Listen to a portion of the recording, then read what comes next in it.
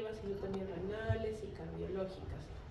Si alguno de ustedes, más adelante, de cada 2 años, quiere ser ginecólogo, donde podrían encontrar campo, o un campo que todavía no está muy explorado aquí, es en el diagnóstico prenatal de enfermedades o en procedimientos prenatales que se pueden hacer in útero en los neonatitos. ¿Listo? Deben recordar que esta ecografía que se va a ser útil tanto en el primer trimestre, porque nos puede permitir ver las malformaciones que estén asociadas al estómago, y en el segundo trimestre en el intestino delgado y en el colon. Siempre, para todo, hacemos una historia clínica completa, que aquí nos va a servir mucho ahondar en los antecedentes familiares. Si han habido intervenciones quirúrgicas, algunas malformaciones asociadas, antecedentes en el embarazo. Aquí nos ayudaría la ecografía prenatal que se hiciera, si ha habido diabetes gestacional, hipotiroidismo, polidramios u oligodramios también nos puede ayudar. Los antecedentes del parto y las horas postnatales hasta el tratamiento actual o cuando uno vaya a hacer el diagnóstico del paciente. Y esto que les repito mucho cuando los que rotan conmigo sobre antecedentes de la evacuación intestinal, específicamente del meconio, que es para ver enfermedad de Hirschsprung, que eso me parece que lo van a hacer mañana. Y si es que ha habido un intervalo de síntomas o libre de síntomas desde el nacimiento hasta la aparición de los signos en el pacientito. ¿Listo? Que eso lo vamos a ver más adelante. Entonces, en el diagnóstico prenatal, hasta un 30% se pueden diagnosticar las atresias esofágicas, un 75% de las atresias duodenales, y para las malformaciones anorrectales pues es un poco más difícil porque no se pueden evaluar bien las estructuras anorrectales en una ecografía fetal. En las atresias de esófago deben recordar como antecedente preguntar si es que ha habido polidramios, que se asocia mucho a las atresias esofágicas y aparece hasta en el 50% de los casos. En la atresia duodenal, en la ecografía se puede ver si es signo de doble burbuja, o cuando se hace la ecografía morfológica que se llama o genética, también si es que por ahí hay sospecha de trisomía 21, buscar malformaciones asociadas, y dentro de ellas la más frecuente que puse pregunta de examen, trisomía 21 se asocia bastante a atresia duodenal. En el examen físico van a hacer un examen detallado de la facies para ver si es que tiene síndrome de Down, por ejemplo, o alguna otra síndrome que puede estar asociada a malformaciones digestivas, exploración de las extremidades, exploración perianal completa. Un nacillito es fácil examinarlo de pies a cabeza porque es pequeñito y es fácil poder hacer el examen físico completo. Hacer la auscultación cardíaca, la valoración hemodinámica del paciente al inicio, y en la exploración abdominal les puede permitir determinar si es que el abdomen está muy distendido, pueden, o si es que este es plano, para que los pueda guiar de una u otra patología. Asimismo, si es que hay residuos gástricos biliosos o no biliosos, también los puede guiar, como vamos a ver más adelante, de dónde puede estar la obstrucción intestinal. Para el diagnóstico en cualquier parte del aparato digestivo hay una prueba diagnóstica que va a ser clave, además de la historia clínica. ¿A alguien se le ocurre qué podríamos pedir ya cuando nació el bebito?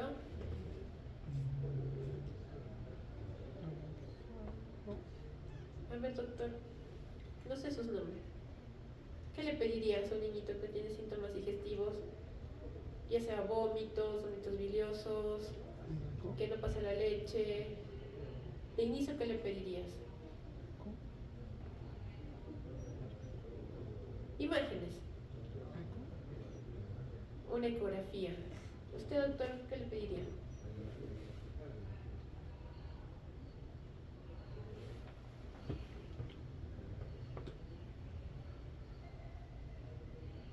¿Qué? está, ya, pero si estás tus alumnos en el centro de salud, algo más fácil.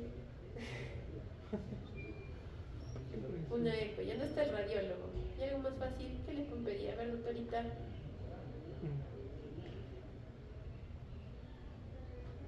Una radiografía, ¿listo? Una radiografía les va a ayudar para ver, más que todo, si es que hay niveles o si es que hay algún signo de obstrucción en el hinito. Porque en la ecografía no se ve muy bien la cámara gástrica. No todos los radiólogos van a informar asas intestinales o asas gruesas, ¿listo? Pero con la radiografía sí les puede ayudar. Esta radiografía idealmente tiene que ser tomada en posición supina, que se vea completamente el abdomen y el tórax, y adicionalmente lo que van a pedir buscando asociaciones en las malformaciones podría ser la ecografía transfontanelar, la ecografía de la médula cardíaca, ya sería una ecografía abdominopélvica, pero esto es para buscar órganos sólidos, no los órganos huecos, listo, hígado, vaso, riñones, vías urinarias, la radiografía completa de la columna vertebral, idealmente poder hacer alguna consulta genética, y todas estas evaluaciones que hacemos no deben retrasar el tratamiento quirúrgico si es que fuera urgente. El único que puede hacernos retrasar la cirugía es si nosotros escuchamos un soplo o si es que estamos buscando asociaciones en malformaciones. Sí deberíamos hacer una ecocardiografía antes del preoperatorio, porque esto sí va a definir la conducta para el anestesiólogo de cómo va a manejar al neonatito. Entonces empezamos de arriba abajo con las atresias de esófago y fístulas traqueosofágicas. Son relativamente frecuentes, están asociados más a prematuridad. 2/3 de los casos están asociados a anomalías cromosómicas, y cuando hablamos de atresia esofágica debemos buscar esta asociación, la asociación Bacter, que hay que buscar malformaciones vertebrales, por eso se pide la radiografía de tórax, anorrectales, que eso lo van a hacer el diagnóstico en su mayoría con un examen perianal, ¿listo? Cardíacas, que sí sirve hacer ecocardio, malformaciones traqueales, esofágicas, renales y de miembros, que aquí en las de miembros la más frecuente es la atresia del radio. Los síntomas usualmente son al nacimiento en estas atresias, que van a hacer que el bebito no pueda deglutir la leche, que tenga episodios de tos o cianosis por presencia de alguna fístula, y ocasionalmente van a aparecer desde la primera toma. Va a existir un impedimento si es que hacemos un diagnóstico más específico para atresia. Cuando pasamos una sondita, esto no va a pasar, y si le hacemos la radiografía de tórax, pues esto es lo que se va a ver, ¿no? Un bucle que se forma en la sonda, porque no puede pasar hacia el otro lado. Hay varias clasificaciones de las atresias esofágicas. Esta de acá es una clasificación pero por frecuencia. La más frecuente es la atresia esofágica proximal con fístula distal, que en otro tipo de clasificación viene a ser la tipo C o la tipo 3. ¿Listo? El tratamiento al inicio, en la urgencia, o sea, cuando ustedes están sospechando de una atresia esofágica, es poner al pacientito semisentado, idealmente con una sondita de aspiración, para aspirar la salivita y que no vaya a los pulmones. Si no pueden tener eso, le ponen la sondita y ustedes mismos podrían ir aspirando mientras trasladan al paciente o hasta que se pueda hacer la corrección quirúrgica. Y la corrección quirúrgica, pues, en las atresias es poder unir la zona esofágica, hacer una anastomosis primaria con cierre de la fístula. ¿Listo? Estas se podría decir como que la explicación más fácil, pero muchas veces hay una separación grande en el esófago y no se va a poder hacer la unión primariamente. ¿Listo? Sí cerrar la fístula, pero la unión del esófago no. Entonces, ¿cómo se les ocurre que alimentarían a este pacientito? A ver, doctorita. Ya, puede ser alimentación parenteral, pero la alimentación parenteral va a hacer que el pacientito se quede en el hospital toda su vida hasta que crezca el esófago y lo puedan unir. ¿Qué otra cosa más podrían hacer? Pues si no le pueden poner sonda, ¿cómo más lo podrían alimentar? por gastrostomía, ¿listo? Entonces este pacientito le hacen una gastrostomía, esperan a que crezca y que crezca el esófago, porque esa es la ventaja de un bebito, que todos sus órganos van a seguir creciendo. Entonces que crezca el esófago y que se pueda hacer la unión esofágica, ¿listo? Y por mientras se va alimentando por la gastrostomía.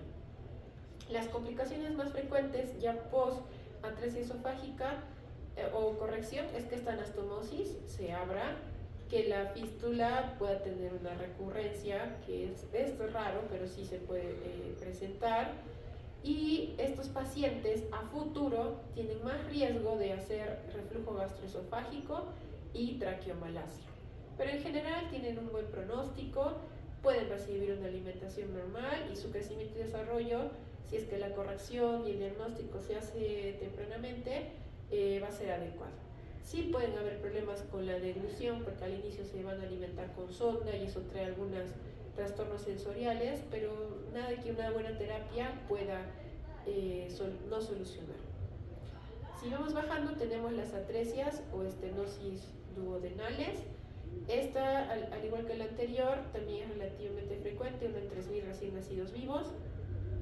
Es más frecuente en varones que en niñas. De acá en adelante van a ver que algunas de las patologías digestivas son más frecuentes en varones que en niñas.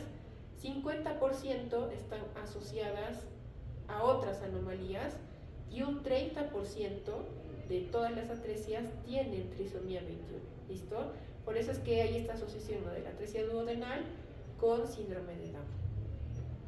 Dentro de las alteraciones asociadas puede ser malrotación intestinal, malformaciones cardíacas, atresia esofágica, que tenga por ahí una malrotación anorrectal.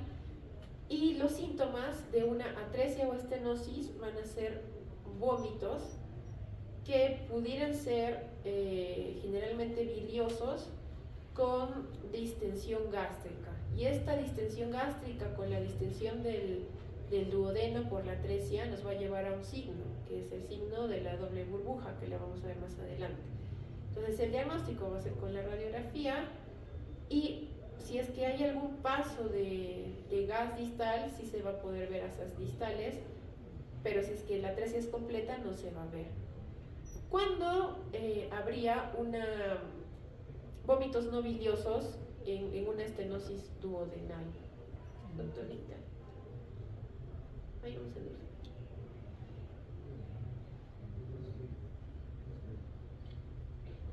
¿A alguien se le ocurre? Ya, una estenosis pilórica, ya listo, pero estamos hablando de estenosis duodenal, o sea, ¿dónde estaría la estenosis en el duodeno para que ese paciente no tuviera vómitos biliosos?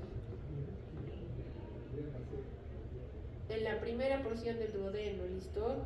¿Y eso por qué? A ver, ¿quién está ahí? Fernando Jesús. A ver, cuéntanos por qué.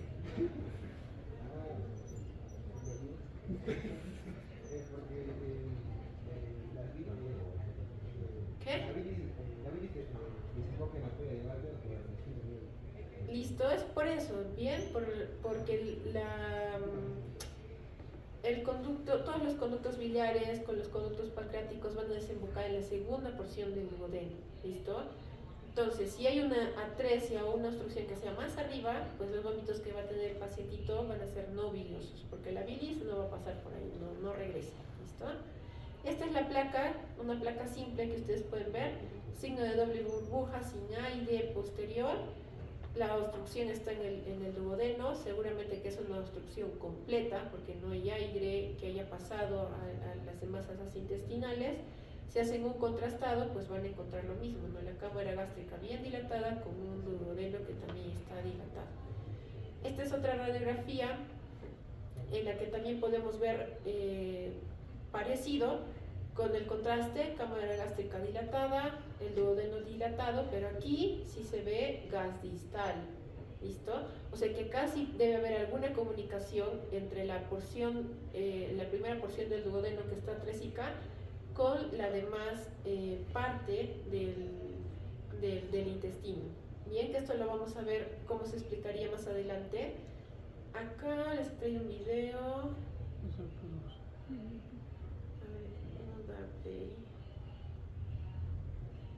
Y acá.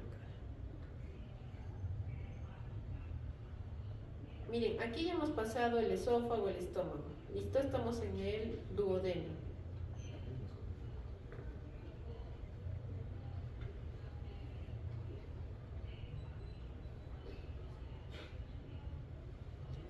¿Alguien puede describir lo que está viendo, doctorita? Uno, dos, tres, la cuarta fila acá. ¿Dónde está usted? Doctor. Mira, ya hemos pasado el esófago, el estómago, ahí estamos en el duodeno. Después del duodeno, ¿qué sigue? El yeyuno, ¿no? Pero estamos pudiendo pasar a lo demás del intestino. No, no es cierto, es por esto de acá. Todo esto que ustedes ven aquí es como una membrana. Si recuerdan la parte de embriología digestiva, el tubo digestivo es una masa sólida que se canaliza una vez, se vuelve a convertir en una masa sólida y luego se vuelve a recanalizar. Entonces, en esa recanalización, que pasa en esa segunda recanalización, pueden quedar como membranas. O sea, imagínense usted un tubito que por adentro le están abriendo huequito, huequito, huequito y llega una parte en la que no se termina de abrir, se va a quedar ahí como una ventanita, como una membrana, que es esto de acá que se ve en la imagen. Tiene un pequeño orificio por el que se ve un poquito de la salida de bilis. O sea, esta membrana duodenal está seguramente entre la primera y segunda porción, pero antes de la ampolla de váter, porque tampoco se ve en esta imagen la ampolla de váter. ¿Listo? Entonces, esta de acá es un tipo de atresia duodenal que se llama membrana duodenal y el diagnóstico se hace así endoscópico y el tratamiento también se hace endoscópico. Encontrando el agujero de entrada, se pasa un balón dilatador que va a romper esa membrana y luego se procede a hacer un corte. Antes estos procedimientos eran totalmente quirúrgicos, que había que hacer una laparotomía, cortar ese pedacito del duodeno y volverlo a anastomosar. Pero ahora, gracias a los avances terapéuticos endoscópicos, se puede hacer por endoscopía y los pacientes van bien. ¿Listo? Siguiendo, tenemos las atresias intestinales, que estas sí son más raras. Tenemos 7.8 por cada 100.000 nacimientos. Tiene como que una incidencia que puede ser un poco estacional y puede estar asociada a isquemia mesentérica, que puede ser más o menos extensa. También podría estar asociada a vólvulos segmentarios, a invaginación prenatal y pueden ser únicas, o sea, una atresia intestinal única, que es en más del 90% de los casos, o múltiples, que son las más raras. Pueden ser completas, que son el 95% de los casos, o incompletas, como en el caso que les digo de las atresias, de las membranas intestinales o de la duodenal que les he mostrado. ¿Listo? Y la clasificación que se utiliza, no les voy a pedir que se aprendan el nombre, es de acuerdo a un cirujano, Grossfeld, que ya viene de bastante tiempo esta clasificación. Los síntomas va a ser con un cuadro de obstrucción intestinal que viene con vómitos, que van a ser bilosos porque ya estamos pasando el duodeno, con distensión abdominal que va a depender mucho de la ubicación de la atresia intestinal y va a ser mucho más marcada, digamos, el aplanamiento o la distensión, si es que es una atresia alta, en el yeyuno, por ejemplo, o una distensión si que es una atresia más distal, que podría ser en el ilio. Y la mayoría de las veces se produce, o sea, el diagnóstico se va a hacer dentro de las primeras horas de vida hasta el primer día. Esta es la clasificación de Grossfeld, en la que va a depender mucho de qué momento se ha hecho la recanalización. Esta de aquí es la tipo 1, la que es de tipo membrana duodenal que les he mostrado. O sea, la recanalización no ha sido completa, pero todavía ambas partes intestinales están juntas, solamente hay una membranita que los separa, que inclusive podría estar fenestrada. ¿Listo? En la tipo 2 ya están separados las porciones intestinales, pero hay aún un tejido fibrótico que los está uniendo. En la 3A y 3B el mesenterio ya está todo separado, inclusive el mesenterio, pero la 3B y la 4 son las más severas, y esto va a depender también, como les decía, del nivel en el que se produce el stop o la 13. En la 3B la parte distal se forma como una cáscara de manzana o una colita de chancho, en inglés le pueden decir tipo apple peel, que pues esta de acá puede tener un diámetro muy pequeñito, que como ya les dije, en niñitos la ventaja es que esto, si lo unimos a la parte, como se hace acá, a la parte proximal, pudiera recibir nutrientes de esta parte proximal y crecer, aumentar de tamaño y ser funcional.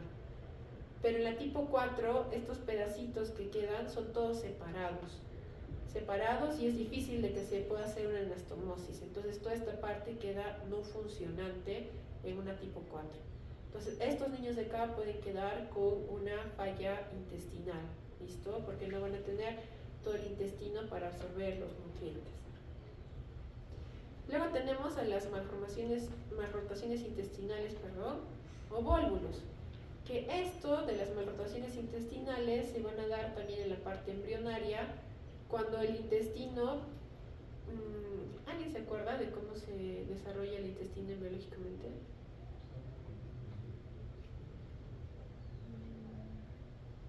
Hay un momento del crecimiento del feto que las asas intestinales son tan grandes que no caben en valga la redundancia, cavidad abdominal.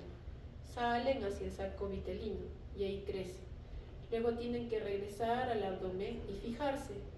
En esa interiorización de los intestinos existen rotaciones y fijaciones.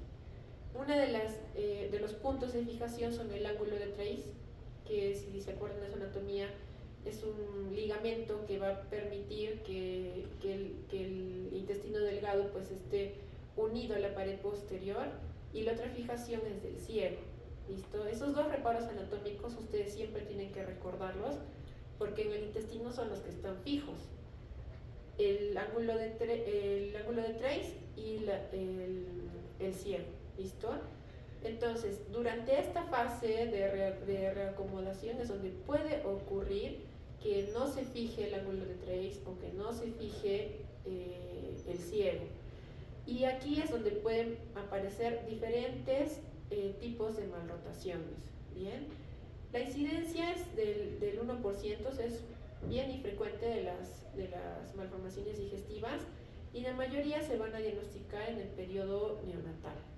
Puede haber asociación con gastrosquisis, onfalocele, pacientes con hernias diafragmáticas, atresia duodenal o de vías biliares. Ocurre esta malrotación va a ocurrir en el primer trimestre del embarazo, como les explicaba, con las rotaciones intestinales. ¿Y cómo es que se va a presentar? Con una tríada clásica, que son de vómitos biliosos, que pueden ocurrir después de un intervalo libre de síntomas con el nacimiento. ¿Y por qué? Porque hay cierto tránsito que es normal en el niñito, en el intestino, y algunos días puede estar bien hasta que empiezan a aparecer los síntomas. Puede tener también el niñito un abdomen plano. Las formas graves pues pueden ser como shock, distensión abdominal o presentar tercer espacio. Y las formas atípicas, que son las más difíciles de diagnosticar y que se hacen en niños más grandes, es que el niño presente vómitos intermitentes, que sean biliosos o alimentarios y que tenga retraso del crecimiento. Y también hay formas crónicas en las que va a tener ascitis quilosa o enteropatías exudativas, vólvulos o malposiciones mesentéricas. Entonces, sobre esto les traigo un caso clínico que, a ver, doctorita, léelo. Sí, tú.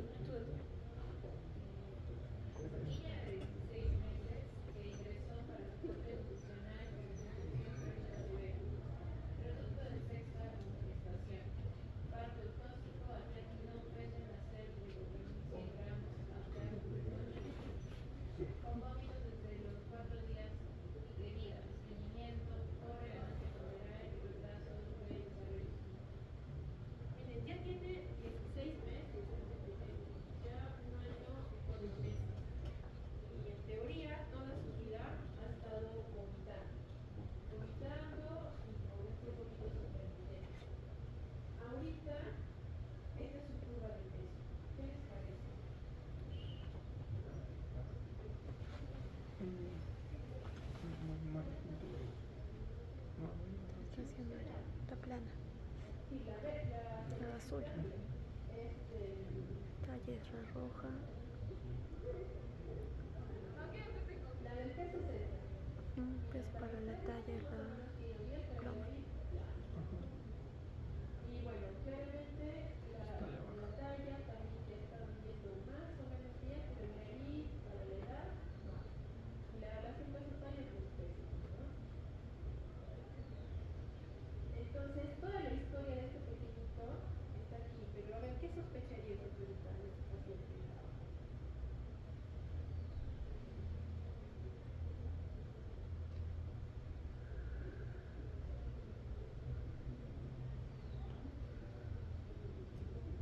Podrías pensar en la formación, ¿no? Pero mira, aquí a los 3 meses de edad, que se entiende, pudieran haber pensado quizá en una hipertrofia del filo. Tenía vómitos, estaba ganando de peso y la ecografía era normal. A los 5 meses, pensando como ustedes en alguna alteración o malformación, hicieron un tránsito intestinal, pero le informaron como normal. ¿Listo? Entonces, por ahí descartaron que tuviera alguna. Ahorita estamos hablando de malformación, ¿ya? Descartaron esto. A los 7 meses, como que ampliando el estudio, piden perfil tiroideo, piden amonio, lactato, piruvato. ¿Esto por qué le piden, Juan Diego? Para descartar errores innatos del metabolismo. Claro, o sea, vómitos como síntoma digestivo tiene para pensar en un montón de cosas, inclusive síntomas neurológicos, síntomas digestivos, índices urinarias, que tenga, qué sé yo, en el momento que lo ven alguna neumonía, pero también pueden pensar en errores innatos del metabolismo, que es justo la clase anterior, ¿no? Que hemos visto. Entonces, pero mira, le piden el amonio, el lactato, piruvato, inclusive le hicieron tamizaje empleado para buscar rutinas, de aminoácidos. Miren, su resonancia, pensando que tuviera alguna tumoración, tal vez en la cabecita, que le esté produciendo también en los vómitos, electroencefalograma, todo normal, inclusive problemas renales como tubulopatías, que puede ser que un niño su talla sea bajita y también tenga vómitos, todo se ve normal. A los 9 meses, pensando quizás tardíamente, pero no está mal, tal vez lo hubieran hecho al inicio, le cambiaron su leche a una extensamente hidrolizada, pensando en que no tenía alergia a la fertilidad celular, bien, pero tampoco tuvo mejoría. Inclusive ahí le ampliaron estudios de inmunoglobulina E, inmunoglobulina, citometría de flujo, pensando en inmunodeficiencias, el test todo negativo. ¿Listo? Entonces, cuando llega al hospital, nació con 4 kilos de leche, se nació grande, ¿no? 4 kilos 100, y en sus 16 meses solamente ha subido 1 kilo 300, ya con 5 kilos de peso. Talla 69, con tejido celular subcutáneo muy disminuido, o sea, bastantes signos de desnutrición, ¿no? Cabello escaso, delgado, pero todo lo del cabello pulmonar normal, pero el abdomen era extendido, sin visceromegalia, pero tiene afectaciones en el abdomen. Y botones, puede ser por el peso, puede ser por todo el retraso que ha tenido. Mientras que estuvo en la hospitalización, evidencia en un episodio de distensión abdominal, aumento de la frecuencia de vómitos y le toman una radiografía de abdomen que evidencia niveles hidroaéreos. Miren, esta es la barriguita del niño. Vamos a ver el video.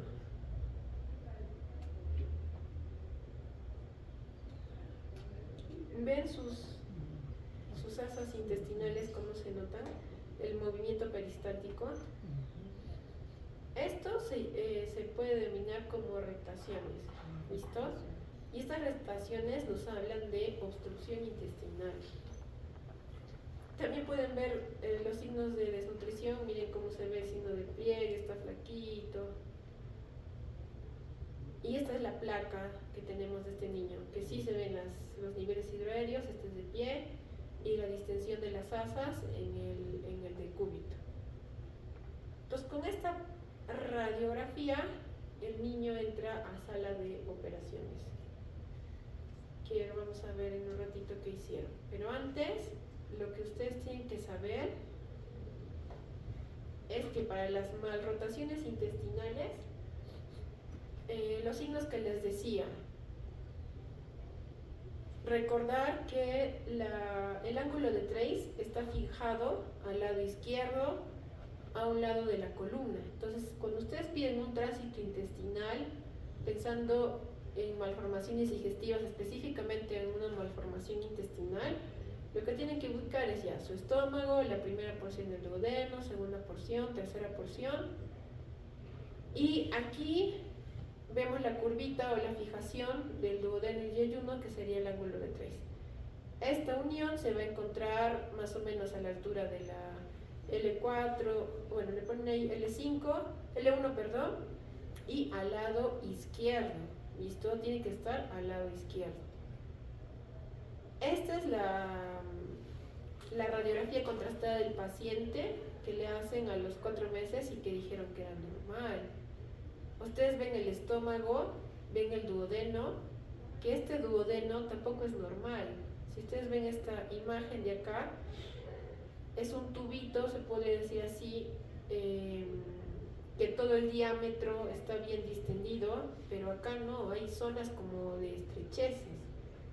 Estas estrecheces, además en este pacientito lo que se encontró era que tenía bandas que en el momento de la fijación intestinal, estas bandas se forman como para tratar de agarrar el intestino de cualquier lugar para que esté fijo al retroperitoneo, pero aquí lo que le hacen es como una estenosis en cada parte del duodeno, que acá también se pueden ver, ¿no? Hacen tractos filiformes del duodeno. Y lo otro es que la unión del duodeno yeyuno, si ustedes se fijan, esta es la columna vertebral, está casi al lado derecho, no está al lado izquierdo. ¿Listo? Entonces este niñito tenía una malrotación intestinal que se pudo haber diagnosticado en el tercer, cuarto mes de vida y no tardíamente como se hizo en este pequeñito a los 16 meses de vida. Ahora, otros signos que se ven en las radiografías contrastadas son estas imágenes casi acintadas del intestino, que nos pueden hablar de un vólvulo del intestino medio, y esto sí es también de signos de alarma que tienen que entrar a sala pronto. El signo de sacacorcho se le llama, o también como de apple peel. Acá también se ve lo mismo, la parte del duodeno muy acintada, que nos habla de malrotación. Para los que quieren ser radiólogos,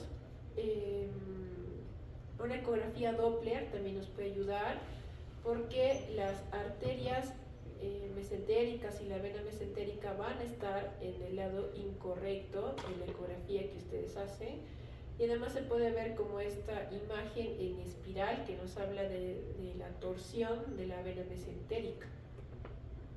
El tratamiento quirúrgico para una malrotación es hacer un procedimiento de LAP en honor al cirujano que hizo este procedimiento quirúrgico. Y no es que vayamos a reacomodar el intestino hacia el lado izquierdo, el intestino delgado, y el otro lado el derecho, sino lo que se hace es poner todas las asas intestinales delgadas hacia el lado derecho y todas las asas intestinales gruesas hacia el lado izquierdo. ¿Qué es esto de acá, no? Todas las asas delgadas hacia el lado derecho y todas las asas gruesas hacia el lado izquierdo. ¿Listo? En estos pacientitos que tienen malrotación intestinal.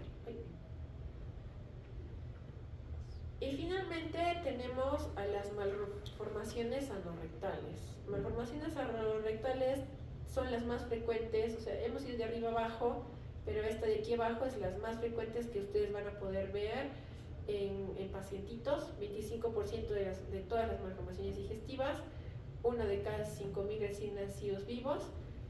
Les decía que tiene preponderancia masculina, al igual que otras patologías o malformaciones digestivas, y tiene una asociación como el síndrome de Bacter, que para esto tenemos que buscarlo. Si hay un niño con atresia intestinal, tenemos que buscarle malformación anorrectal. Por el otro lado, si encontramos una malformación anorrectal, tenemos que buscar la atresia esofágica. y está muy asociado a niños con síndrome de Down. El 99% de los pacientes van a tener una ausencia de lanitos. Es imposible de que ustedes no vayan a diagnosticar una malformación anorrectal porque en la mayoría no hay presencia de ano. O lo otro que van a ver es un ano que sea muy pequeñito o en una ubicación anormal, como les voy a mostrar en las imágenes más adelante. Esta hipermeabilidad anorrectal se define como la imposibilidad de introducir una sonda a más de 3 centímetros aproximadamente. Y esta es la manifestación de una atresia rectal. O sea, puede haber que tenga anito, pero que el paciente no realice meconio en las 24 horas. Ustedes introducen la sondita y si no pasa, tiene pues una atresia rectal y ese es el 1% de las malformaciones anorrectales. También puede haber presencia de orificio nicoperianal o fuera del esfínter y presencia de salida del meconio, pero por los labios mayores o a través del meandro uretral. Existen diferentes tipos de malformaciones anorrectales. De manera grande pueden clasificarla como una malformación anorrectal con fístula y una malformación anorrectal sin fístula, tanto en mujercitas como en varones. Cuando hacen ustedes el examen físico, que es lo que más me interesa que tengan en mente, esto es lo normal. Hay una distancia que es más o menos equidistante entre el RAFE de los genitales masculinos como femeninos y donde se supone que debería estar el anito. ¿Listo? Usualmente estas distancias, como les digo, son equidistantes, la relación es de 0,5, pero en los pacientitos que tienen ya sean fístulas o ano anteriores, el anito, por ejemplo, supuestamente debería estar aquí en esta niñita. Si ustedes se dan cuenta cuando hacen un examen físico, pueden ver que el agujero está justo en la base de la horquilla. ¿Listo? Igual en este pacientito. Se pueden hacer mediciones, que es un poquito más difícil, pero con el coxis, que es más o menos esa altura que podría estar entre el coxis y el rafe escrotal, el anito, ustedes pueden hacer la relación para ver si es que está bien o no bien ubicado el ano. Además, estos dos anitos que ustedes ven acá son muy pequeñitos, ¿no? Podrían decir como una atresia anal. O lo otro que es frecuente es que estos orificios no sean el anito, sino que sea una fístula de la malformación anorrectal. Y como ven acá, ¿no? Fístulas perianales, por donde está saliendo el meconio, justo en la base, en la horquilla o en la base escrotal, ¿listo? Y hay como que remanentes de dónde debería ser el ano en estos pacientes. Igual acá este es el caso de estenosis anales en una mujercita. La radiografía que pueden tomar, se recomienda una radiografía ventral para ver hasta dónde llegaría, digamos, el anito. Acá, por ejemplo, este bebito no tiene anito, pero si se dan cuenta, el recto está cerca de la piel. Acá podría ser una anoplastía un poco más fácil de realizar que aquí, ¿no? Aquí hay que hacer un descenso del colon porque está más alto la atresia rectal en este paciente. ¿Qué es lo que se hace? Algunos que ya han notado conmigo, es una operación que se hace de 3 tiempos. La primera es hacerle una colostomía, la segunda es que se le hace la anoplastía y la tercera operación es la restitución intestinal. ¿Listo? Y finalmente, estos algoritmos para ustedes, para que se lleven a casa, todo bebé o recién nacido que tiene vómitos biliosos con un abdomen plano, ustedes debieran pensar en un obstáculo que sea alto, pero que esté pasando la ampolla de Vater. Por eso le ponen infrabateriano, ¿listo? Y ahí clasificarlo si es que ha habido un intervalo libre. Eso quiere decir un intervalo sin síntomas en el paciente. En este momento podría ser una urgencia vital por vólvulos, por malposición mesentérica que les he mostrado. Y lo ideal para hacer el diagnóstico en otros países se hace la ecografía Doppler para ver esta disposición de las arterias y venas mesentéricas. Nosotros, como les digo, es un poco difícil que el radiólogo nos pueda ayudar con esto, y hacer una ecografía Doppler también nos ponen bastantes pegas porque son niños que se mueven no sé qué tantitos, pero un tracito intestinal les puede ayudar. En los que no hay un momento libre antes de los síntomas, o sea que el paciente desde inicio, desde los primeros días se pone mal, le tomamos la radiografía, que les decía que aquí es bien importante la radiografía del abdomen, y lo que van a ver es que si hay una dilatación de las primeras asas delgadas y sin aire distal, pues tienen que pensar en una atresia. ¿Qué tipo de atresia? Atresia yeyunal. Si ven imagen de doble burbuja con aire distal, la imagen que les enseñé de la membrana duodenal, porque va a haber un poquito de pasaje de aire, ¿listo? Y aquí, en estos pacientitos se puede hacer el tratamiento con la endoscopía, como les he mostrado las imágenes.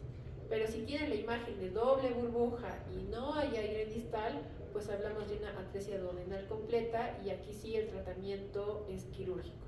Y en ambas siempre es recomendable hacer un ecocardio para ver que no haya malformaciones cardíacas antes de hacer cualquier procedimiento. En este caso de vómitos biliosos con el abdomen distendido, pensamos que la obstrucción está más abajo. Entonces, miramos el anito, que es algo fácil de hacer.